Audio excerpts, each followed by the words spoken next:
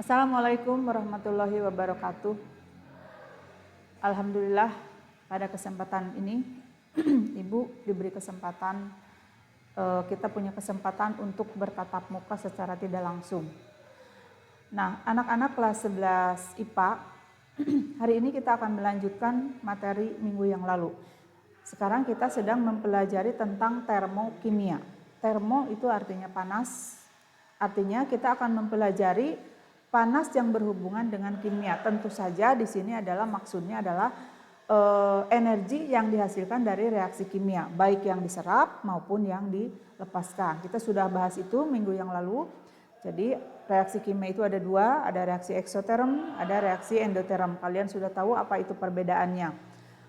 Kalian juga sudah tahu apa itu sistem, apa itu lingkungan, dan perubahan jenis-jenis perubahan entalpi. Ya, ada perubahan entalpi pembentukan standar, ada perubahan entalpi pembakaran, ada perubahan entalpi penguraian dan lain sebagainya. Nah, saat ini atau sebelumnya kalian juga sudah tahu bahwa entalpi itu tidak bisa dihitung, tidak bisa dihilangkan. Kita hanya bisa menghitung perubahan entalpi.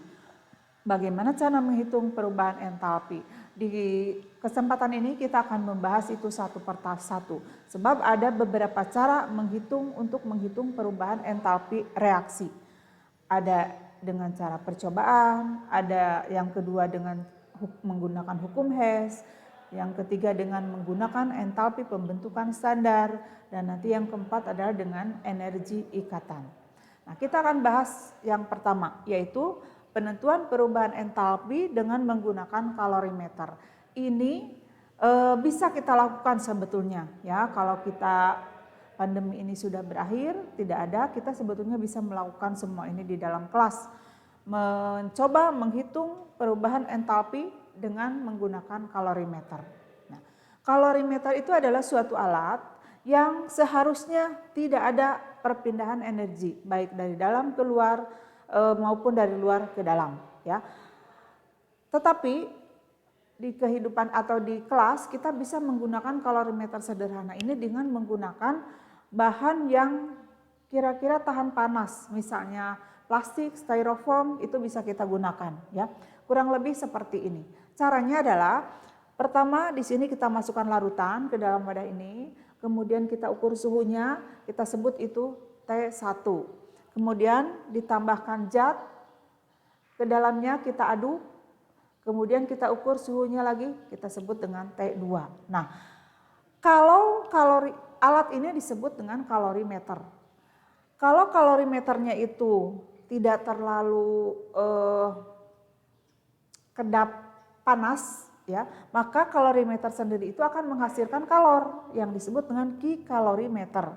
Kikalorimeter bisa dihitung dengan cara mengalihkan kapasitas panas kalorimeter dengan perubahan suhu yang tadi, ya, T1, T2 itu perubahan, dicari selisihnya, T2 dikurangi T1, itulah yang disebut dengan delta T.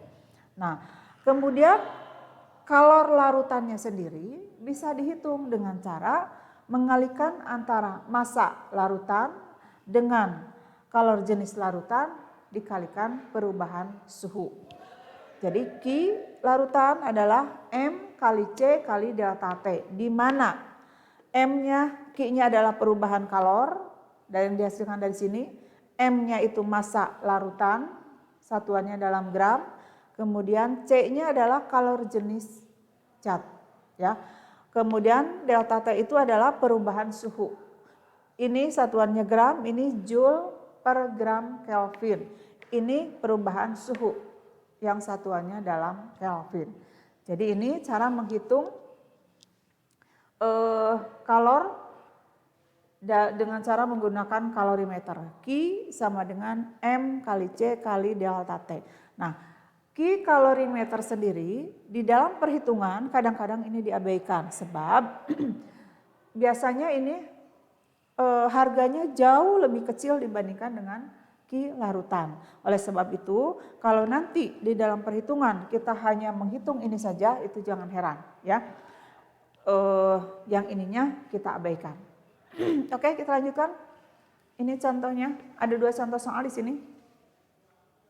Yang pertama, di dalam kalorimeter terdapat 50 ml larutan HCl 1 molar. Jadi di sini kita simpan 50 ml HCl yang konsentrasinya 1 molar. Kemudian ditambahkan 2 gram NaOH. Ke sini dicemplungkan, dimasukkan 2 gram NaOH. Ya, caranya yang pertama ini suhu diukur. Setelah ditambahkan NaOH, diaduk, diukur lagi. Ternyata suhunya naik sebesar 6,5. Ini apa? Naik. Berarti ini sudah delta T. Kemudian jika kalor jenis larutan dianggap sama dengan kalor jenis air yaitu 4,2 Joule per gram Kelvin, tentukan delta H. Ini saya hapus dulu ya, kita akan mengerjakannya di sini.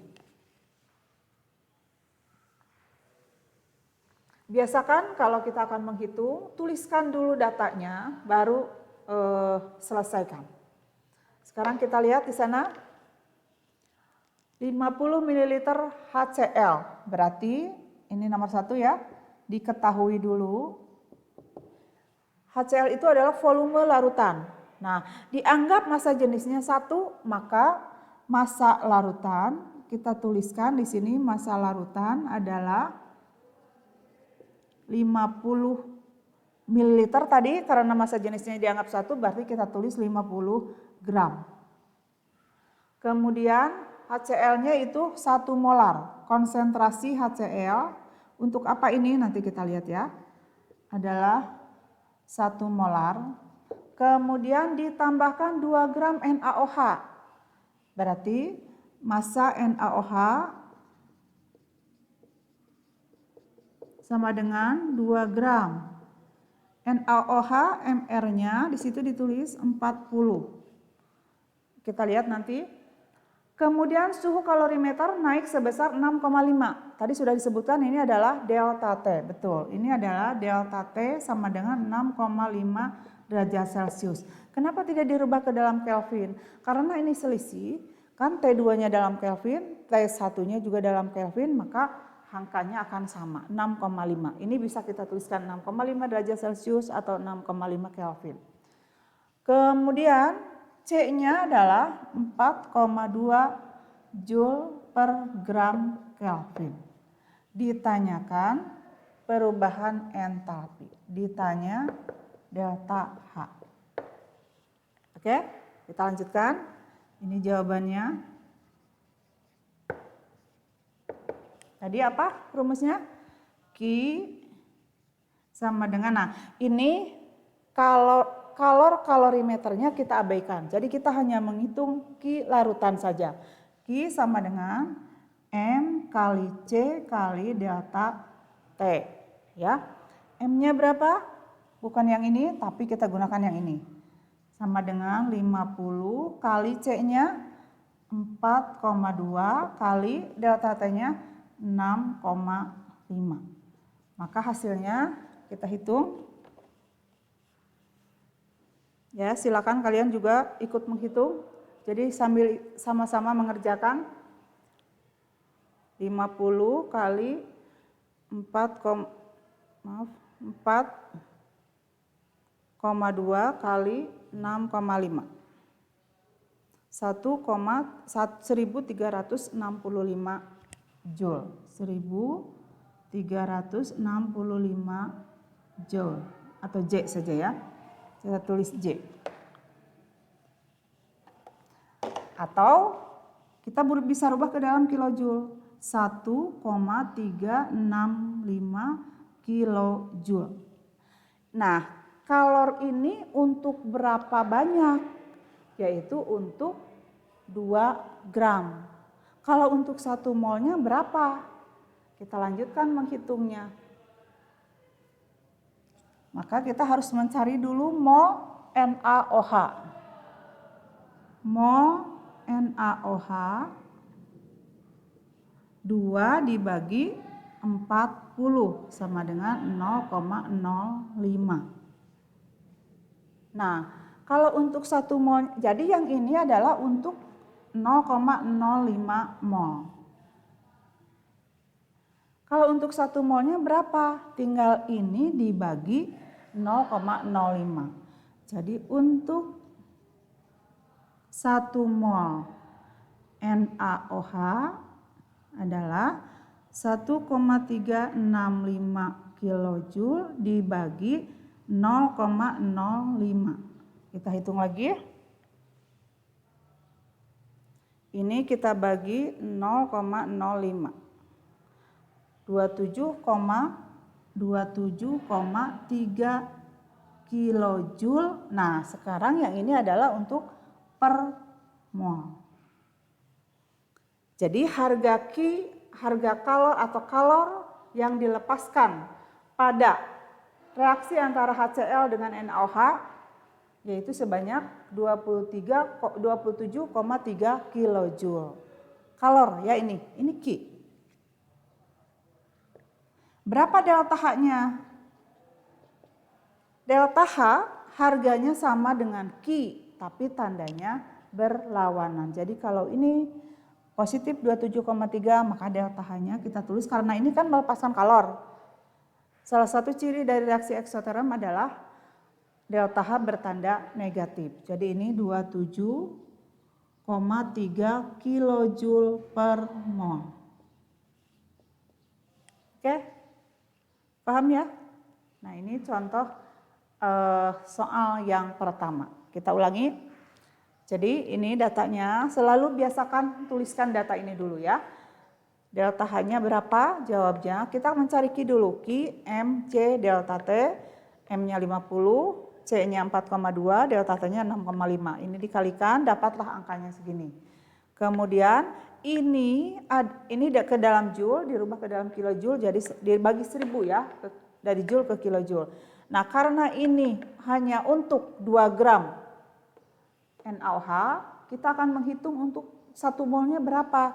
Jadi caranya hitung dulu mol NaOH, kemudian yang ini dibagi sebanyak mol yang kita dapatkan tadi. Itulah hasilnya. Jadi pada reaksi ini dilepaskan entalpi sebesar 27,3 kilojoule. Paham ya? Oke. Kita akan lanjut ke reaksi yang kedua. Reaksi yang kedua. Kita tuliskan di sini saja di atas.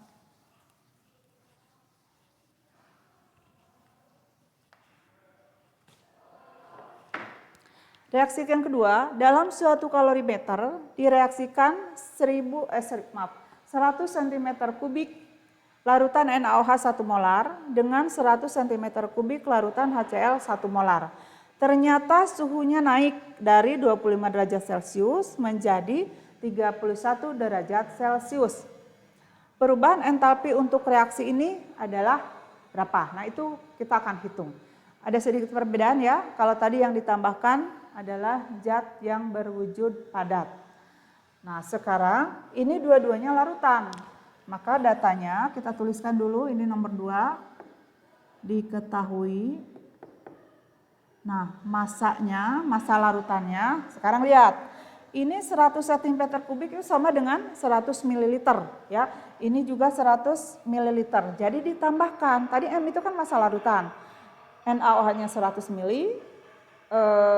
HCl-nya juga 100 ml, maka masanya kita tambahkan, ini 100 ditambah 100 jadilah 200 ya.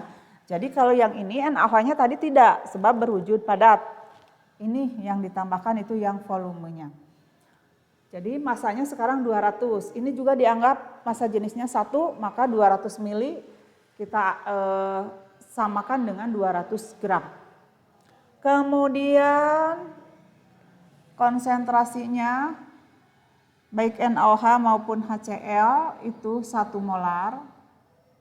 Kemudian ini suhunya naik, T1-nya 25 derajat Celcius. Kalau dirubah ke Kelvin maka 25 ditambah 273. T2-nya 31 derajat Celcius. Ini juga sama ditambah 273. Maka delta T-nya berapa?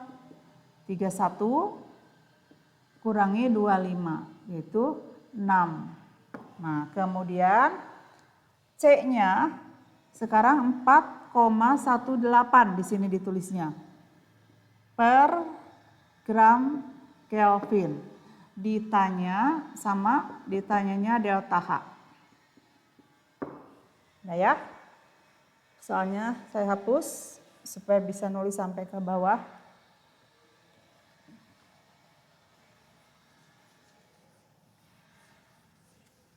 Silakan mulai menghitung. Ini penyelesaiannya. Sama seperti tadi rumusnya. Q sama dengan MC delta T. M-nya masukkan berapa? Betul, 200. C-nya ini 4 kali 4,18. Delta T-nya kita pakai yang ini 6. Ini kita hitung. 200 kali 4,18 kali 6. Jadi 5,016 Joule. Seperti tadi kita akan rubah supaya angkanya tidak terlalu besar, kita rubah ke dalam kilojoule, yaitu jadi 5,016 kilojoule. Apakah ini sudah per mol? Belum. Untuk berapa mol ini? Nah, kita lihat tadi HCl-nya 100 mili, konsentrasinya 1 molar. Kalian memang belum belajar ya, tapi ini kita bahas saja bahwa kalau 100 ml HCl 1 molar, molar itu satuan konsentrasi yang dihitung dengan cara mol dibagi volume. Jadi kalau kita akan mencari molnya tinggal volume dikalikan dengan konsentrasi. Jadi ini dengan catatan volumenya harus dalam liter ya, karena ini mililiter dirubah ke dalam liter jadi 0,1 kali 1. Jadilah ini 0,1 mol. Nah, jadi yang ini adalah untuk 0,1 mol. Untuk 1 molnya, untuk 1 mol HCl, maka seperti tadi, yang ini 5,016 dibagi 0,1. Jadi 50,16 kilojoule per mol. Nah, itu 2 contoh cara menghitung perubahan entalpi dengan menggunakan kalorimeter. Minggu depan kita akan lanjutkan dengan cara berikutnya, yaitu dengan menggunakan hukum Hess ya. Nanti kalian pelajari dulu apa itu hukum Hess, bagaimana cara menghitungnya. Nanti di sini kita akan sama-sama latihan cara menghitung perubahan entalpi dengan menggunakan hukum Hess, dengan perubahan entalpi pembentukan standar, dan dengan menggunakan energi ikatan. Untuk pertemuan kali ini sekian saja, mudah-mudahan pertemuan singkat ini bisa menambah atau membantu kalian di dalam memahami materi ini. Terima kasih. Assalamualaikum warahmatullahi wabarakatuh.